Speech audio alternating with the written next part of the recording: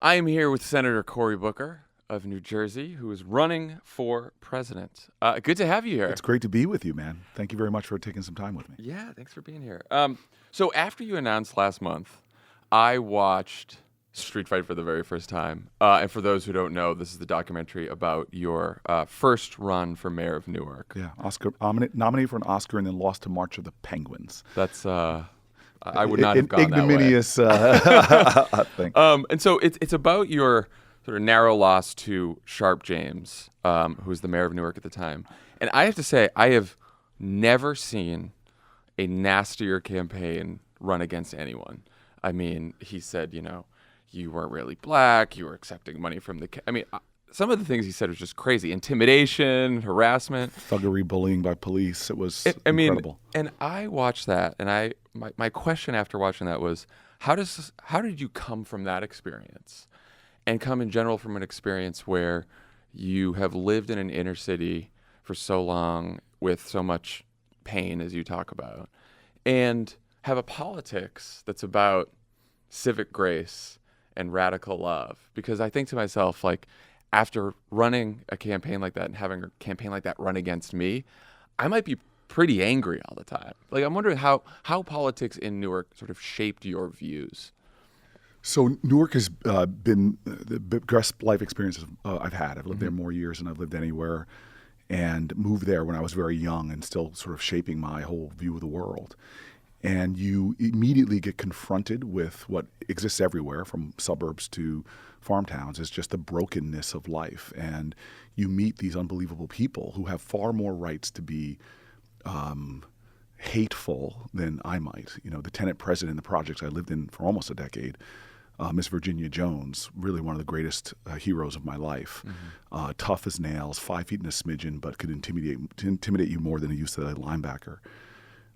Her son was murdered in the lobby of the building I lived in. I would move into in the projects, and she never left. And she worked for the prosecutor. These were low-income housing, became public housing, and she could have moved in a lot of different places. And she taught me one of my best spiritual lessons: that hope is the active conviction that despair won't have the last word. And when you see people in a point of utter brokenness evidence a transformative love, like we saw when the Mother Emanuel shootings happened in South Carolina, to stand there and say, through pain and hurt, that I forgive you to this white supremacist. When you see people in my community who have had their addiction treated with jail over and over again, and then they start a nonprofit just to focus on young people in their community. Newark is this town where every day when I'm home, just walking my block, and now I've decided to make reporters who want to do profiles on me to come to my neighborhood, where people, neighborhoods that people ignore or don't want to focus on, to walk with me around my community. Inevitably, these incredible human beings will come out of their cars, or I'll knock on doors and bring people in to meet families that speak to the kind of resiliency and fierce love. If people want to say love is this soft and namby, sort of like, oh, this kumbaya sentiment. I think it's the most ferocious, tough, hard force there is, and it has transformed Newark, New Jersey. How do you balance sort of the anger that people have at the system, right? There's so much anger, there's so much cynicism out there. And you hear a lot of people say, someone needs to go blow up Washington, right? Someone needs to change everything. With, your view, right, that I think you believe you can absolutely work within the system and create partnerships and find cooperation. How do you balance Well, there's that? two things. First of all, I just want to really focus on terms, as I've learned to do in my days in Newark. Anger is a very good emotion. Right. And if you're not angry about what's going on in America, then you have some moral dislocation inside your spirit. You should be angry. And in fact, I worry that there's just not enough anger. It should not have taken Donald Trump to trigger the anger and the taking to the streets.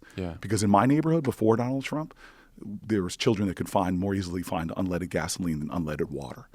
In my neighborhood, the whole criminal justice system lost legitimacy when people see folks having a system, as Brian Stevenson says, that treats you better if you're rich and guilty than poor and innocent. You want to be angry that you live around Superfund sites like we do, where because of this Grover Norquist no tax system, even though Ronald Reagan reauthorized it, Mitch McConnell voted on it back in the day. We didn't reauthorize that small tax on chemical companies. And so now Superfunds, which were going down, are now proliferating.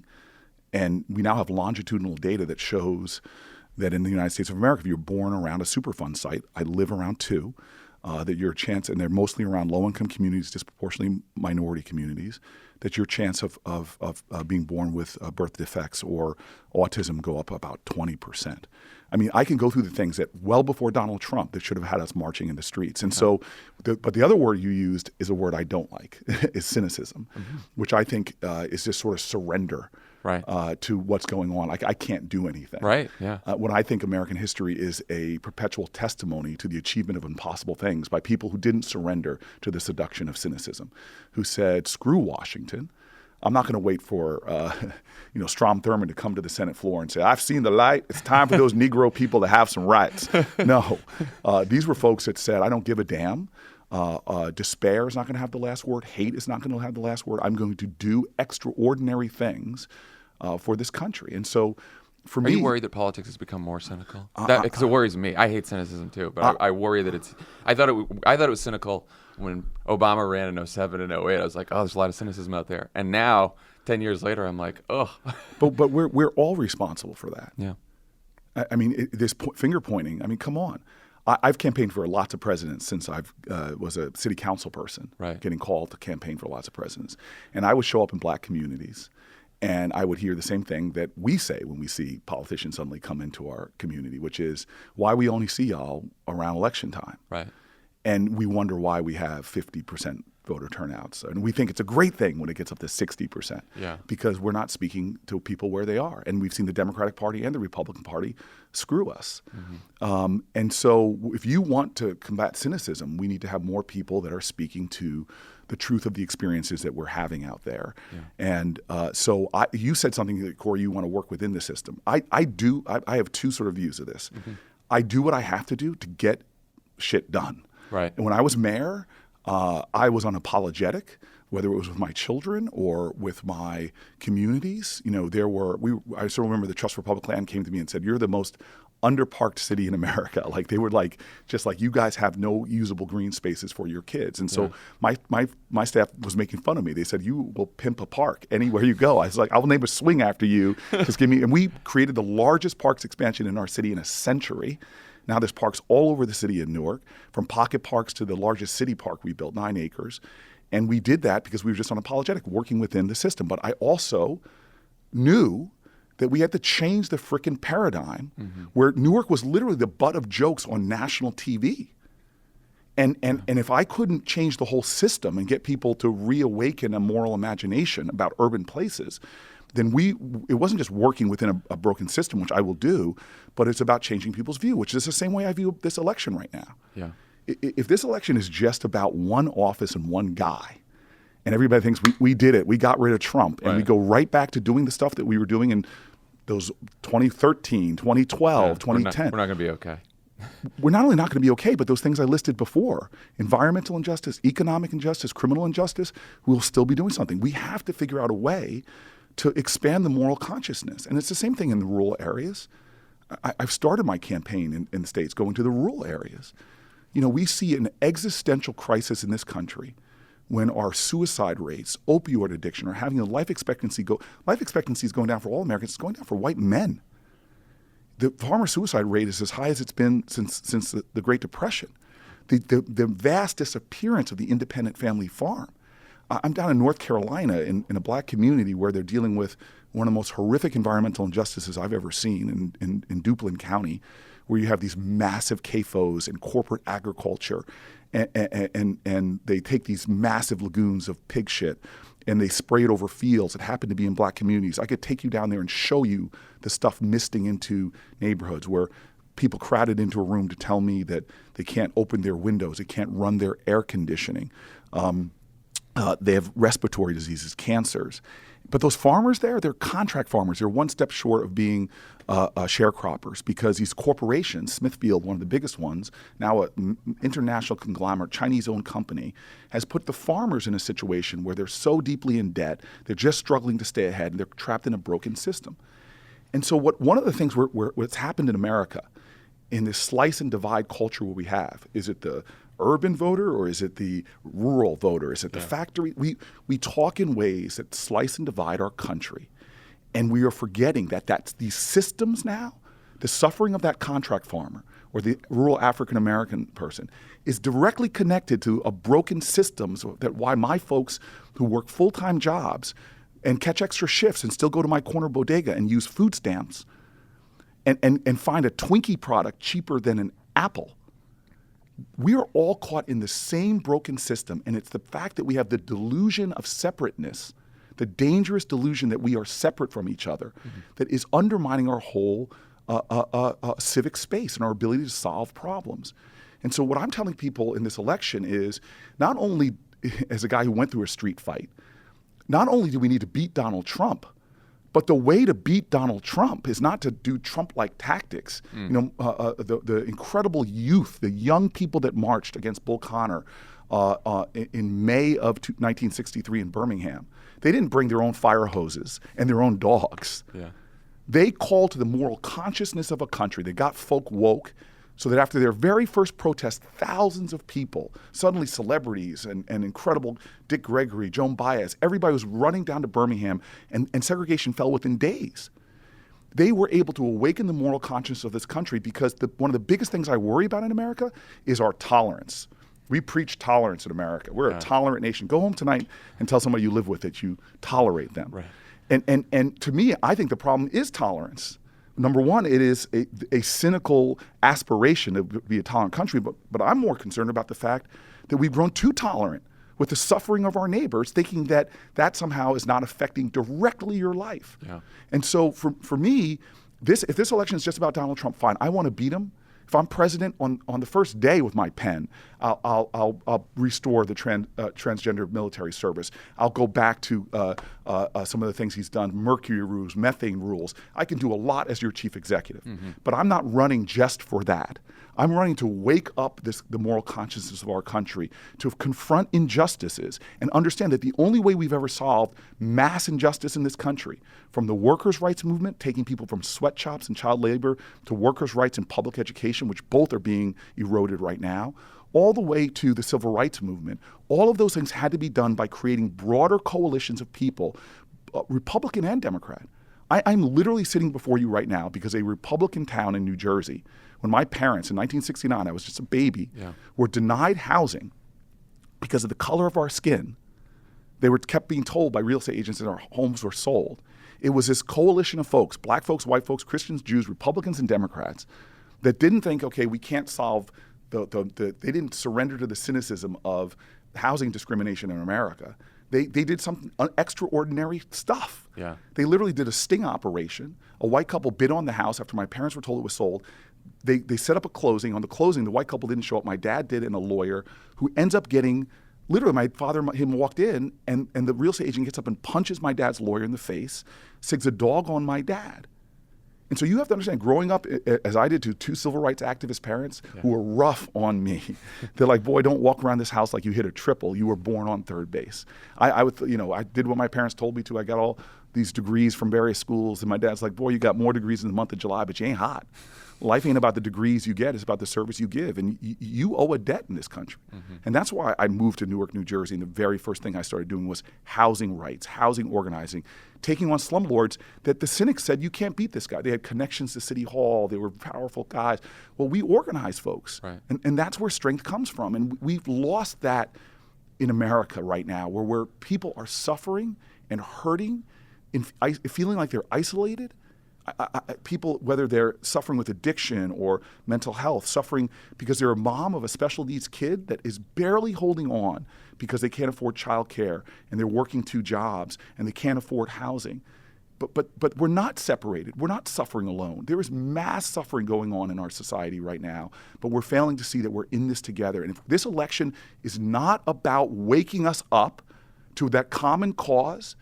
I sat in a diner in Iowa with a guy with a Make America Great Again shirt on, and at first I got the same bullheaded hitting, but I sat next to him and talked for a little while and spoke to his pain, and by the end he was hugging me. If we can't start breaking through these lines that divide us and affirm the common bond, I think we're going to be stuck in a broken politics for a long time. I think the next 5 years of our politics in America is going to determine the next 50 years of our politics, and we've got to change course. So there's part of me that thinks there is, a difference between trying to reach out to Republican voters, disaffected Republicans, campaigning everywhere, talking to everyone, which I deeply believe in.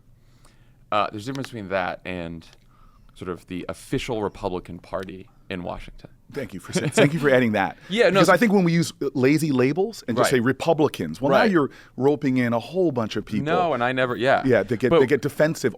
Then they lock into their tribe. Right. Yes. So you proposed some really bold, ambitious policies. Medicare for all, Green New Deal, baby bonds, job guarantee. Really great policies. Have you guys explained baby bonds? Because I'm really proud of that. You do it because you should. We've talked about it a little bit before, but you should. So we have persistent inequality in this country, and my team has been looking for levers that can do that, and we believe in expanding EITC.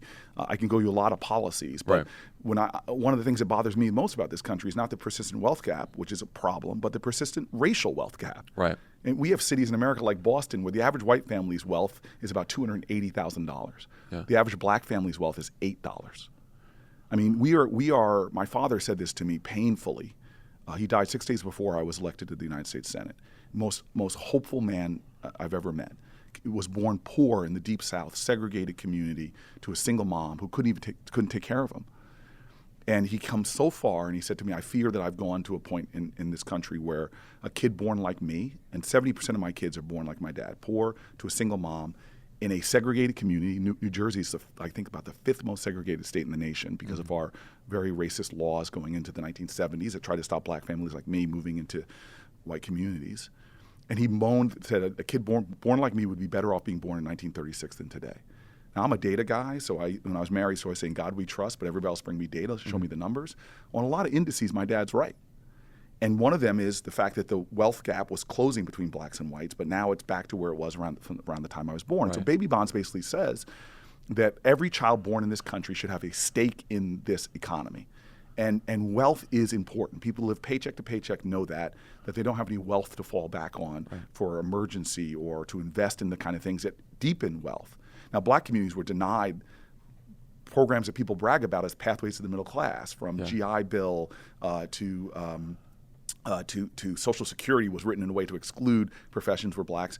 So a lot of things that help people sort of build wealth, FHA loans and the like, were denied African Americans. One of the reasons why we have persistent wealth inequalities today. And so this would help put a deposit in every child who would get an account, a baby bond, and every year, depending on your wealth of your family, like the EITC measures, you would get deposits. Youngest kids would get up to. The poor kids from the lowest income families would get up to $50,000 by the time they're 18 to do things that build generational wealth, to start a business, to go to college, to buy a home. And it's one of those levers. Our communities, I guess, said something like, give me the right lever, I can change the world. Yeah. This is for those of us who want to see persistent racial inequality addressed in this country. It's one of those things that would do that. Plus, for low-income families in general, it would give them a stake and a leg up. So do you think do you see any Republican senators who are in the Senate right now who would give you a vote for baby bonds, a vote for Green New Deal, vote for Medicare for all, vote for job guarantee? So, like, say you're president, you've got a Democratic House, you've got a narrowly elected, hopefully Democratic Senate. Do you see any Republican senators that would join on the big priorities? I know on some of the small stuff they probably would. But John, I see you. I know you're an evangelist for things like getting rid of. You know where I'm getting. I know exactly where you're going. I can see it a mile away. Let's just confront this because I may have listened to your podcast once or twice and heard my name evoked as a symbol of the obstruction in the Democratic Party. I am an Obama guy through and through. You know that. Yeah. And I am always attracted to like positivity, unifying politicians. I feel like the Republican Party over the last decade has radicalized me a little bit. And Right. I But it's not radical. And you and I both know the origins of our Senate were not Right. with the filibuster rule. So Right. people should know their history. Yeah. And so this is what I say to folks like you and a lot of my friends who've come to me and had good conversations Right. since I announced my candidacy and got a surprise question about the filibuster in my first moments of being a candidate. Wow, that's And it was sort of 2019. like, okay, filibuster rule. Let me tell you what I think. Look, I understand that the erosion of the Senate already has allowed this party to do awful things, Trump tax cut, for example. Right. And if I was president, I want people to know very tactically, let's talk tactics, I will use reconciliation to roll back the Trump tax credits and do the kind of things that I think to have a tax system that reflects our values, our morals, and frankly is better for our economy. Right. You know, giving a hedge fund guy to be able to pay lower percentage of his salary in taxes than a teacher doesn't reflect our values, nor does it reflect what's best for our economy. And so when you talk about changing the filibuster rule, I understand that we are heading, right now we are heading that way. To people on both sides, we are heading that way. You hear Trump calling for the end of the filibuster rule all the Right. time. And I understand that if I am the commander-in-chief, the president of the United States, fighting a tactical battle, that is something that is we are moving towards. But understand my perspective on this, which comes from decades of living in one of the most vulnerable communities in the country. And if Mitch McConnell, Paul Ryan, Donald Trump for the last 2 years had complete sway, they wouldn't have just changed policy, which is nice. They would have hurt people in my community. Right. Literally doing policies that could cause people's death. When we had a Republican governor in the state of New Jersey, just something like attacking Planned Parenthood for women in my community who rely on that Planned Parenthood for their health care. Planned Parenthood had to close, end hours, close options. I mean, I know that these policies that people debate, I love when people of privilege say, it doesn't make a difference if I vote or not. I said, come to my neighborhood and see if the outcomes of elections don't make a difference. And to give those three men absolute power to do anything they want. Having lived my life as a minority, I like minority rights.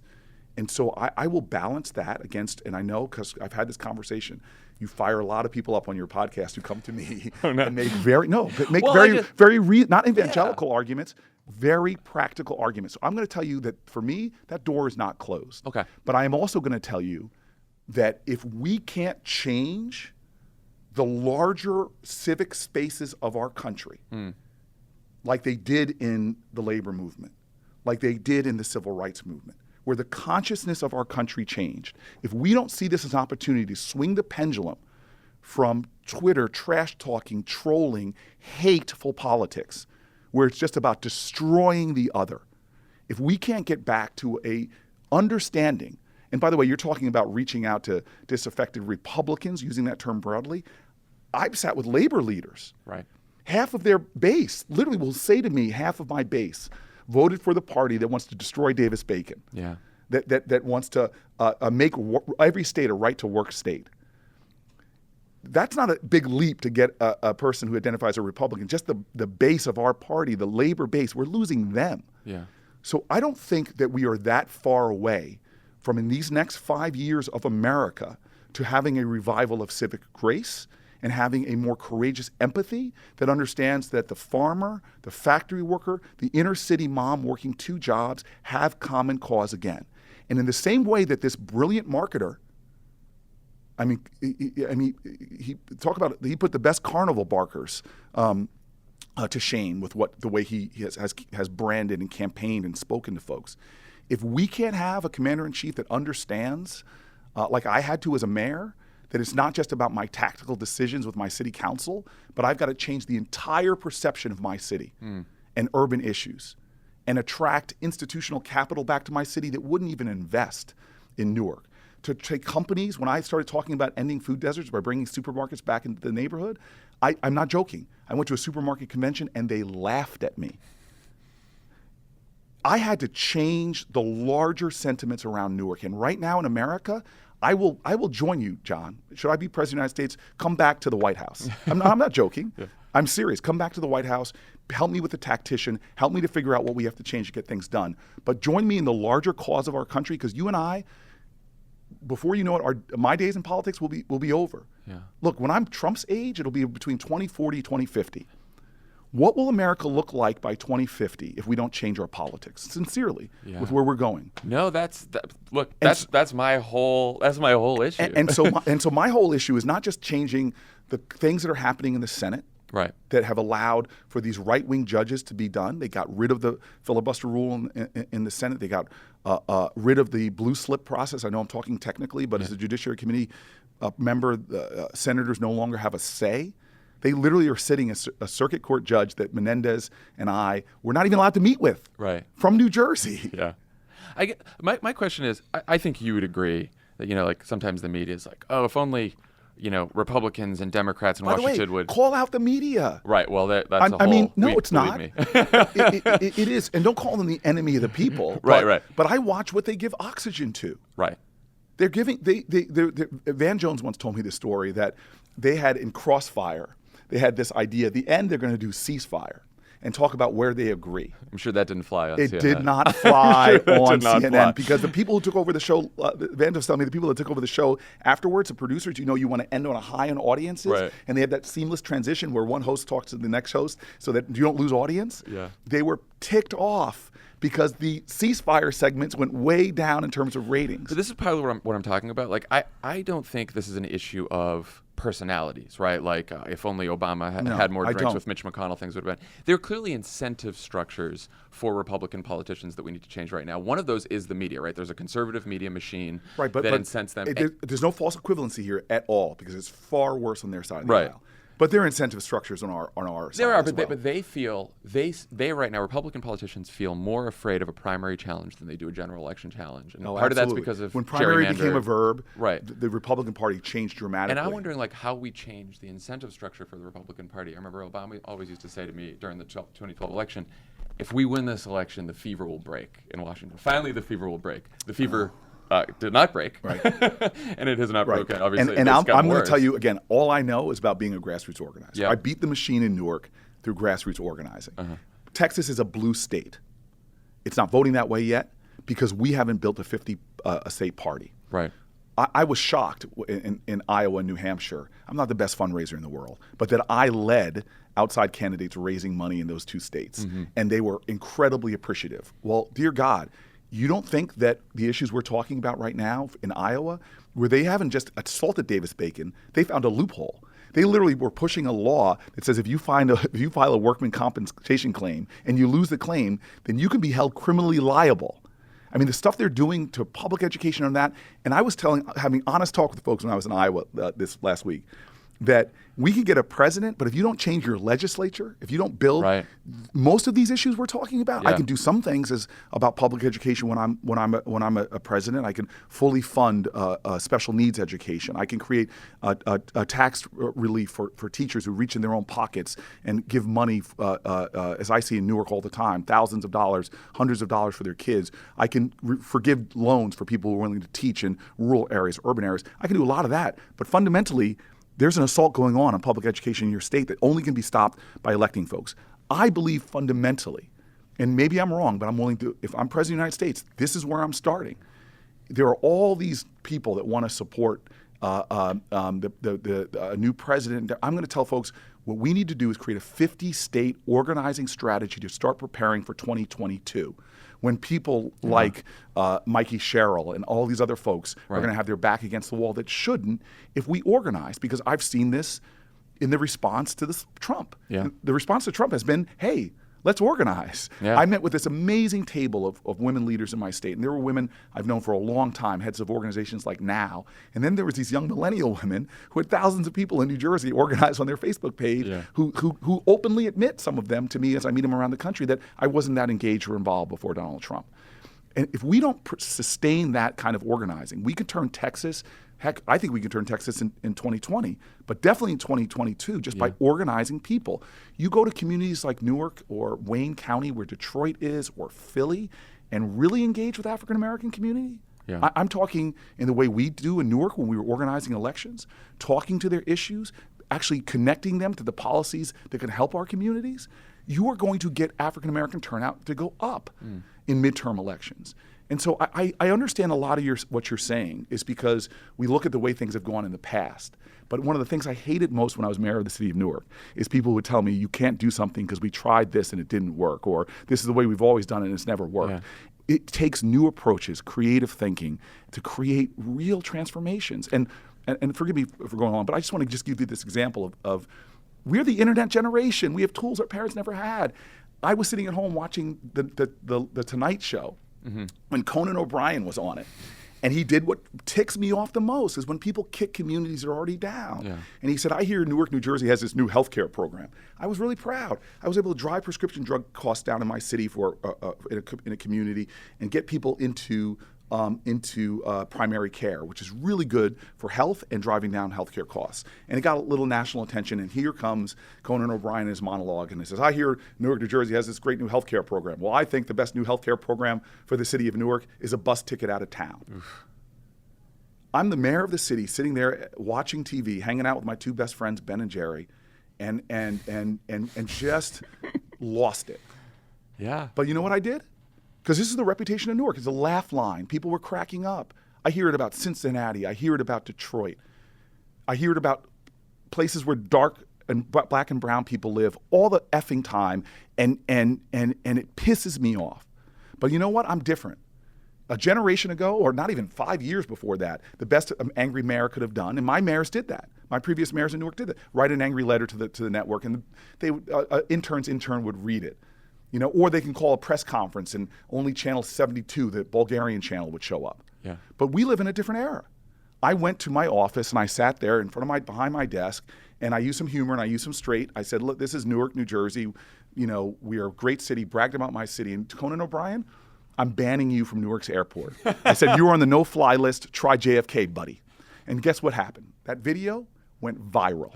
Before I know it, I'm getting earned media like I never got before. And he plays right into my hands. He doesn't apologize. He bans me from Burbank Airport. And here we are in LA, and you know, and you flew in LAX, right? I'm an LAX guy. That's okay. That's no big deal. But we started this fight that I was getting media like suddenly I'm calling supermarket companies, and they've heard about this stuff, and they're answering my call. I'm getting the big banks to talk to me now about investing in a city they ignored because capital in this country is so damn lazy. 5 metropolitan areas get the overwhelming majority of investment.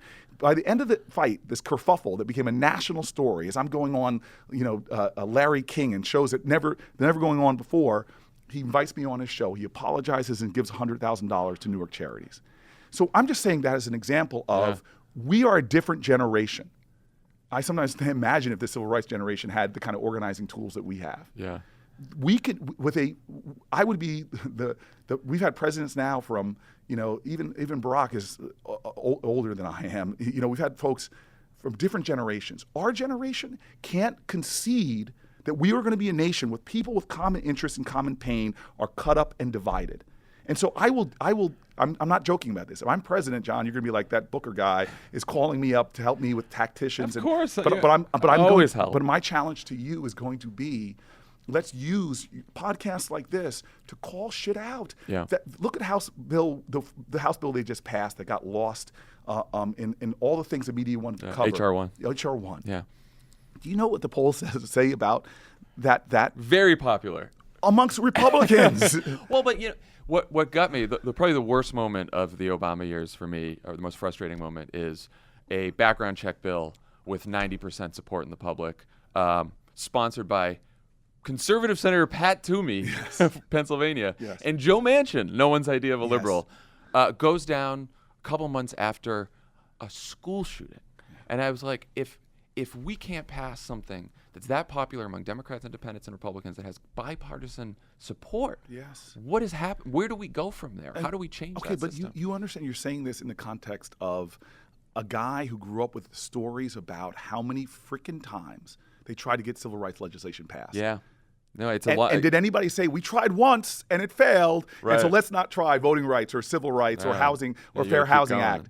They kept fighting and building consensus. Right. And even with the Senate filibuster. Do you worry that our generation is more impatient? I feel like technology has made us a little more impatient. Impatience Like is we good. do this all the time, and it's like, yeah, but Impatience is good. Cynicism is bad. Anger is good. Okay? Hate is bad. what I'm worried there about are differences. is that people get disappointed when change doesn't happen fast enough, and then they turn away. And I'm always trying to say to people, like, yeah, it takes a while. It takes a long time. Yeah. Look, it takes a couple. let me tell you something. Democrats didn't do anything. They failed me too. And you're like, well, yeah. But let me tell you my Change takes a long favorite cynical time. moment. My favorite cynical moment I had recently is, and this is the politics of our and you know the professional politics. So Yeah. I'm now running from a urban city.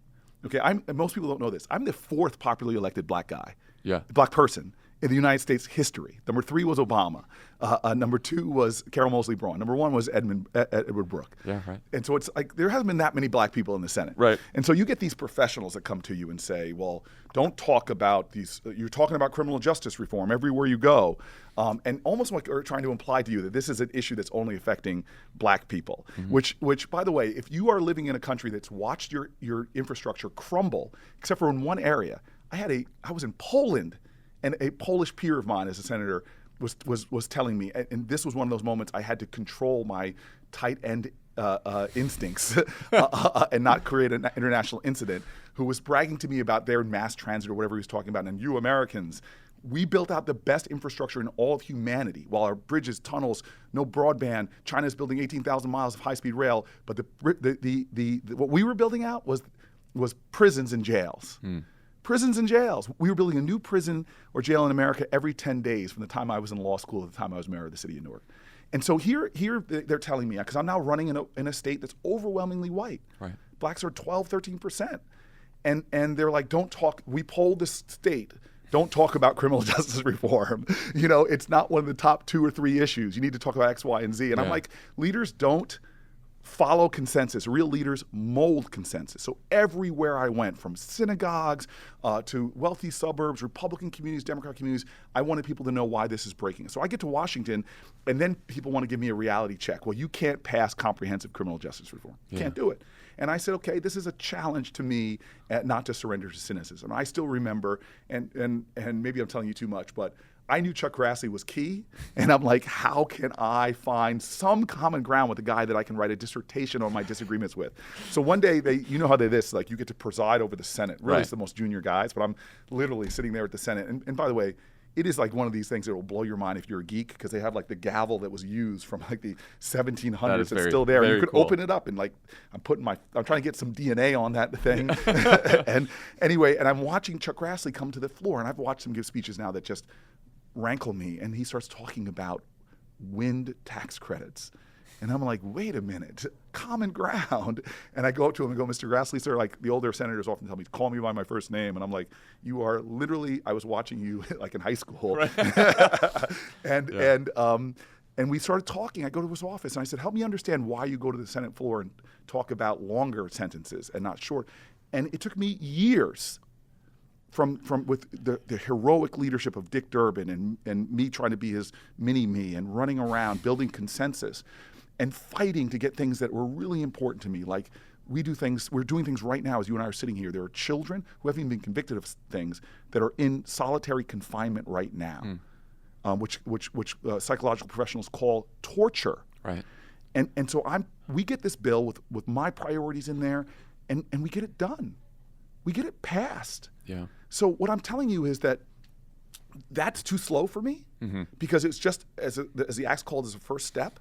But I tell you, I brought the guy to the State of the Union, Mr. Douglas, who had a life sentence for crack cocaine weighing less than a baseball. A life sentence.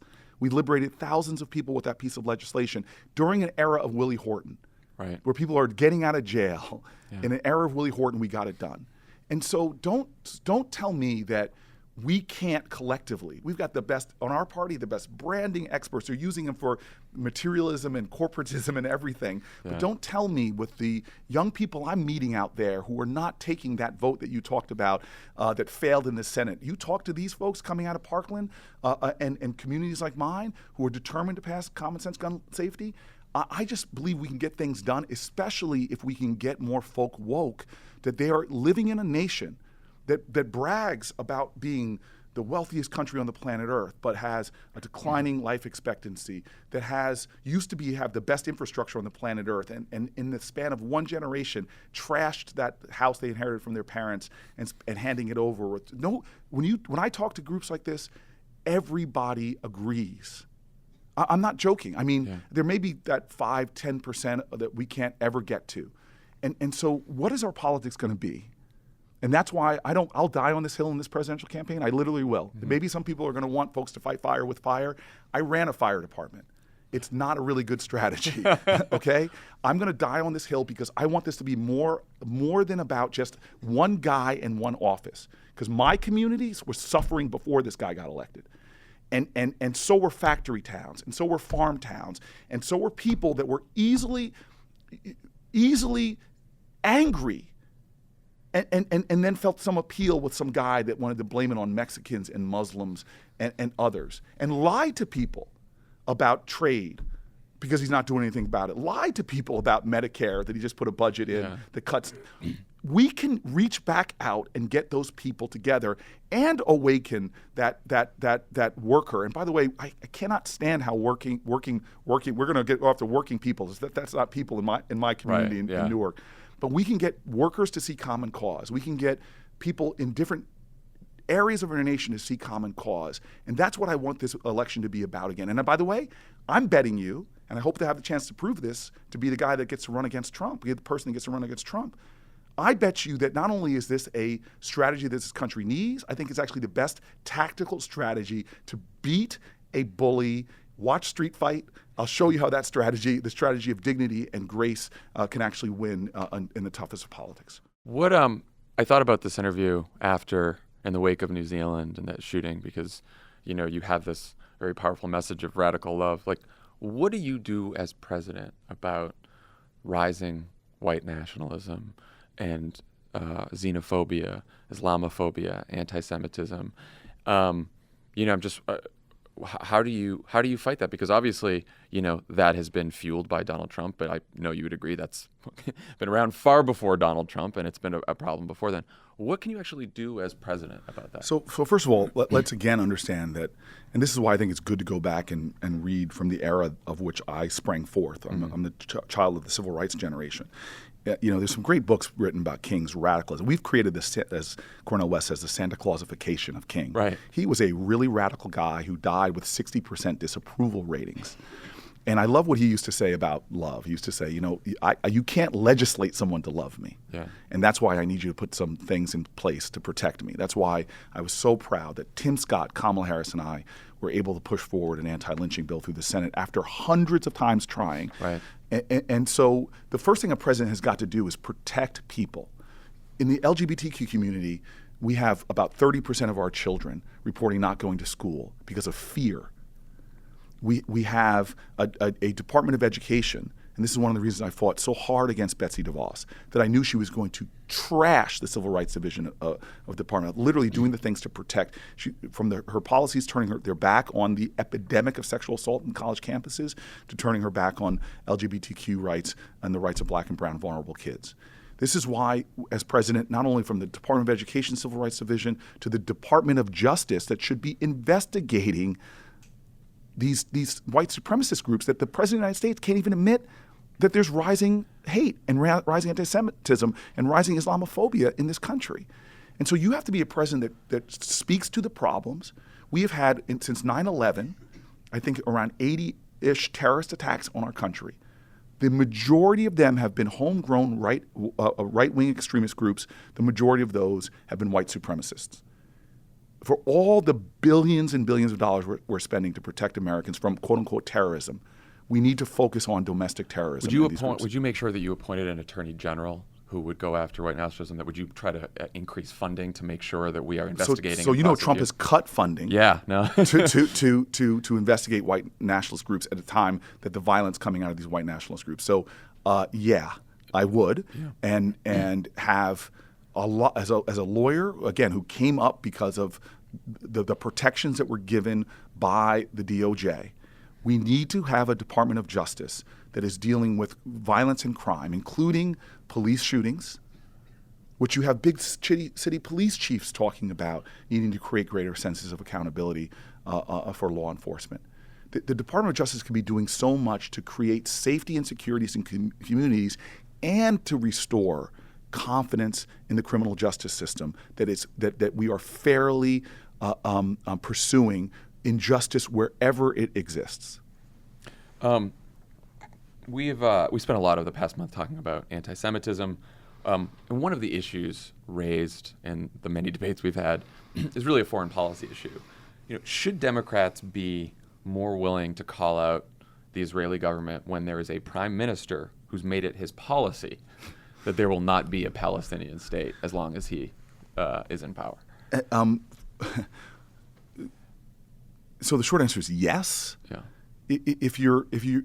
Whatever the country is, we should have the courage to speak with a moral voice. I often worry that Israel gets a treatment that is not applied to other countries that are. This is why I will never support the BDS movement, because I think it is. Call out their actions that when they're doing things, but dear God, you're living in a neighborhood where nobody's calling for China, a boycott movement for China, which is doing things to the Uyghurs. I can go through them. Right. But the erosion of the ability for us to even get to a two-state solution is the erosion of a bipartisan consensus we've had in this country for a long time. For a long time, this idea that we should have self-determinations of people, that both Palestinians and Israelis should have their own country and be able to have self-determination. And so, on the Senate Foreign Relations Committee, I have fought against Trump's administration's efforts to pull back humanitarian support from the Palestinian communities. I've gone to the West Bank. I've seen just access to clean water, to basic human rights. We've got to be there. We've got to also make sure that Israelis have a right to defend themselves and to keep themselves secure. And we've got to be able to have conversations about things like, that are kind of as complicated as Mideast peace and something more than just slogans, and talk about the nuance of these issues and always lead with what our values are. Would you put any additional diplomatic pressure on Israel as president if they refuse to engage in a good faith discussion about a two-state solution? I think that we've had presidents from both parties who have put lots of diplomatic pressure on Israel, and again, it's very hard to negotiate where there's the leadership in the Palestinian community is not necessarily even leadership you can negotiate with. It doesn't necessarily speak for all the various factions. So absolutely, but I continually want to remind folks that Hamas and Hezbollah, who are plotting every single day to kill Israelis. And now that Trump, who says he's strong on Iran, has basically given Iran a highway through Syria, with more sophisticated weapons now going to Lebanon. These are existential, everyday threats to the Israelis, as there are everyday threats for Palestinians just to get basic health care and clean water and basic rights. And so there is an urgency for us to play a role in the Middle East with our most critical ally, the Israelis, so that we can affirm democratic ideals and principles. What do you see as our greatest national security threat? Again, I'm going to tick through things that I think are threats, but then I'm going to answer the question in a way that you may now expect, but maybe not. So climate change is an existential threat. When you read military reports about what they expect to happen when I'm Trump's age, what will go on the planet Earth should we fail to deal with climate change, the instability, the famines, the chaos on the planet Earth that's going to happen. And in the United States, to vulnerable communities like mine, this is an existential planetary threat that would call, you think refugee problems are refugee problems now? Right. And we have not seen a hint of what could happen if we don't deal with this issue. So that's definitely a threat. Yeah. I can tick through more. I think we are going through a planetary battle between authoritarian governments and democratic governments. And democratic governments have had a very tough 5 or so years. Right. From Brexit to what the Russians are doing aggressively. Talk to people who live in Latvia or Estonia, Lithuania. Ask them if they don't feel like they're in a gray war right now with the Soviets. Flashback with the Russians. So I can go through more threats. I think that if for people not to see. How do we win the battle against authoritarianism? Rising authoritarianism around the world. Let's win that battle at home first. Fair enough. Let's make let's fight against authoritarian right here, where we have a president that sounds like authoritarian, a guy that's authoritarian, the enemy of the people. Even lock her up. Right. I mean, chants like that, we've heard them in our history. People are forgetting that we are coming, and this is why historical amnesia really bothers me. We've heard the same anti-immigrant rhetoric from a viable national party called the Know Nothings. Yeah. That came out against the scourge of the invasion of the immigrants. This time they were talking about Irish Catholics. Right. Okay? Yeah. Every generation, history echoes. We've seen demagoguery. Father Conklin. I could go through every generation has had their demagogues. Right. And we've beat them back in the name of more democracy, not less democracy. And so, first of all, I always say, before you tell me about your religion, first show it to me in how you treat other people. Yeah. We preach a civic gospel. It's in our songs. We all swear an oath. Think about back in the days where one military would beat the other one. So swear an oath of loyalty. Oaths used to have a lot of power. We do it every day, not even thinking about the words we're uttering from our mouth. We say, I swear this oath to liberty and justice for all. Well, we live in a country with rampant injustice, environmental, economic, criminal injustices that when they're revealed, make people squirm. I'm talking about even animal rights. I'm sorry, I'm an animal rights guy. Yeah. They're trying to pass laws so that people won't even see what's going on to animals in this country called ag-gag laws. Because Americans aren't comfortable with injustice when they see it, but somehow we've stopped seeing it. Let's just focus right here at home. And this gets me to the existential threat that I really think is the existential threat. Mm-hmm. Because when a country can't do the things that 80 and 90% of people agree on, and I know you might try to use this as, again, to push me on the filibuster. No, I'm done. Don't worry. And again, come into my tactical circle should I be president of the United States, and you and I will have real conversations about walking through the Senate, convincing Chuck Schumer and all the rest of them to get rid of it. Yeah. You and I will have real talk about what it's going to take. Cool. And your first obstacles don't have to do with Republicans. Right. No, believe me, I know. Okay.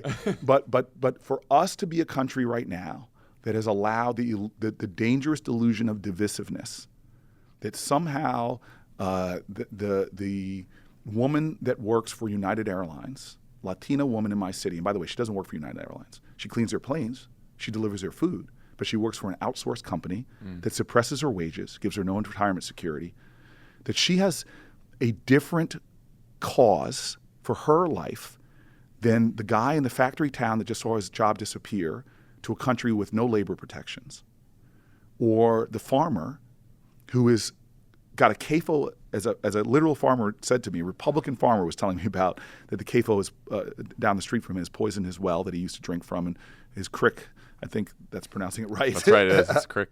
That he used to fish from. That those three people don't have aligned, urgent, common causes that are affecting their lives in the most pernicious, anti-democratic ways. If we can't awaken this country to that common cause, where that Latino, that black factory worker like my grandfather was, UAW in Detroit, that automobile worker now, or that steel worker, or that coal miner, that don't have common cause with the farmer, if we can't, in our politics, in our civic spaces, get people back to understanding, that is going to be an existential threat. Because the things that we need to do, I hear your podcast, I'm sorry, you use labels like progressive or out there on the left. Where I live, my staff was showing me a tweet I put out when I was mayor calling for health care for everybody. Yeah. These aren't radical ideas to me. Right. They're efficiencies. They're things that are not at all, but we've allowed our politics to be distorted and shifted in a way where we're doing things that are so stupid. Let me give you an example. Because there is a big advantage, I think, for the next president to have had to run something. I was a mayor. I had to govern a city, right, a roughly $1 billion budget, capital budget. I can go through it, through the worst recession of our lifetime, which, by the way, they call it a recession for the country. For inner cities, it's a depression. I had to make decisions like I've heard you say that the President Obama, there's no good decisions. Yeah. There's no good decisions. By the time they get to your desk, I laugh at people who call themselves fiscal conservatives. I had to cut my government. There's nobody in Senate. There's county executives there, governors there, mayors there that cut their governments as much as I cut my government 25% and raised taxes to get through an economic hell, and had to figure out a way to bring tens of thousands of jobs to my city. Now, we did. Newark is going through its biggest economic development expenditure. I thought creative ways a lot of folks helped us, thought of a way out of that nightmare. But we had to stay in the saddle and make tough as hell decisions. But one of the things that came out of that was me always saying, if we can create uncommon coalitions, we are going to create uncommon results. And in Newark, I had these incredible moments where you had unions, and there are some incredible guys from the building trades that I worked with. And we had some tough arguments. You know why? Because, again, I'm a black guy living in Newark with a majority black and brown city, and the unions didn't reflect my city. Right. And these really good people were receptive to me saying that if they're going to build the first hotel in 40 years in Newark, which we built, now we've got 4 of them, God bless Ras Baraka, that construction is going to have to be done by people when they drive by that work site. They see folk they know from the neighborhood. Yeah. And so I got people around the table that were willing to create apprenticeship programs for me, for my kids. They were willing to, agree to 30 hours. Get banks that we malign, and I will malign the behavior that crashed our economy. I will go after them. I think some independent group looked at people and showed that my record in fighting against big banks, that times I voted with big banks was 0, they said. But when I needed to get institutional capital to build that hotel that could employ hundreds of people in my city, can get my kids in apprenticeship programs, I brought them to the table as well. Right. I brought community leaders to the table because we all are afraid of gentrification. Ras Baraka just had a big conference on it because Newark is now coming back. Our population is growing. When I left Newark to become a senator, for the first time in 60 years, our population was growing. So we want community leaders there to know that they can help us organize. They can help us make sure that this isn't gentrification, that we pass first source legislation in Newark to say when anybody's hiring in our city, they have to look to local leaders. They have to agree to hire guys with criminal convictions because, hey, lots of drugs being used on Stanford's campus, but nobody's getting arrested for it. Yeah.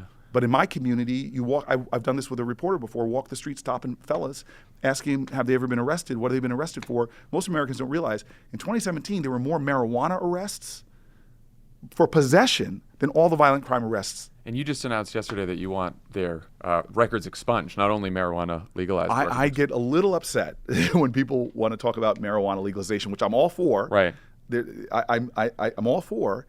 But they don't talk in the same breath about justice, restorative justice, things like expunging records, giving people in prison pathways out, allowing people to benefit from the business opportunities that are being created. Is expunging the record something you need? Is that legislative, or is that something that you'd have to pass a bill for that, right? I'd have to pass a bill for that. Last question. What do you think the biggest obstacle in the way of fixing this system is? What is the source of all this division and what has happened to our politics? Like, what are you fighting against here? The opposite of justice is not simply injustice. It's apathy, it's indifference, and it's inaction.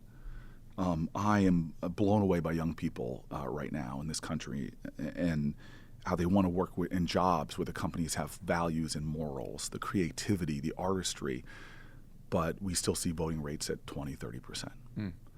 And young folk, if you ask them about college debt, if you ask them about climate change, if they voted, you would see, and you and I both know that there might be some people in the Republican Party that pander to, or politicians in general, I don't want to point fingers, that suddenly if they know that they're going to face in the next election 50% in the midterm of young people voting, not at 20%, do you think that would change people's politics real quick? Yeah, that would change incentives. Yeah, that would change incentives.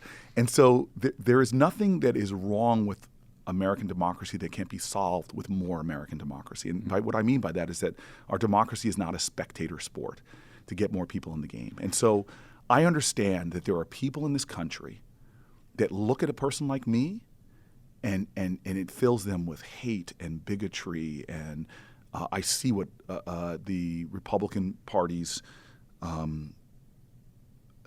voice on Fox News wants to try to make people believe about many of us Democrats. But I just want folks to know that please, please don't make this a small election about one office and one guy. And as bad as the things he's doing are. this is a moral moment in America again.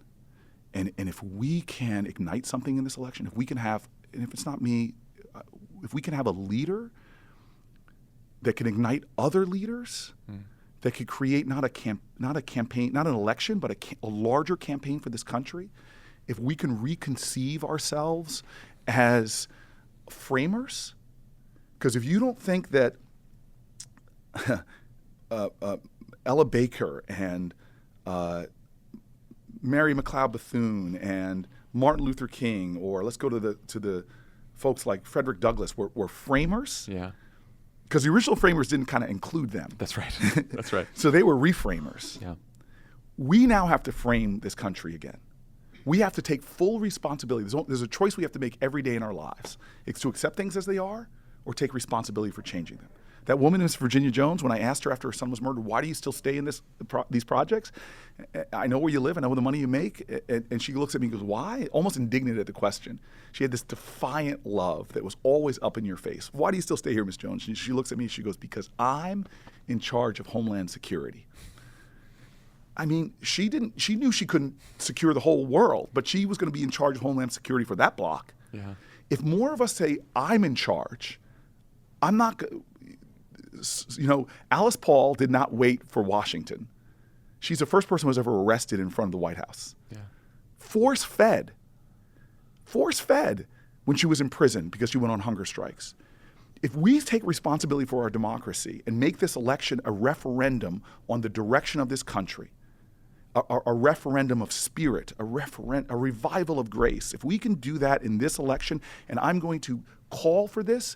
I'm a progressive. I'm a tactical guy. I was a mayor. I had to figure out how to create safer streets, create better schools, and we did in Newark.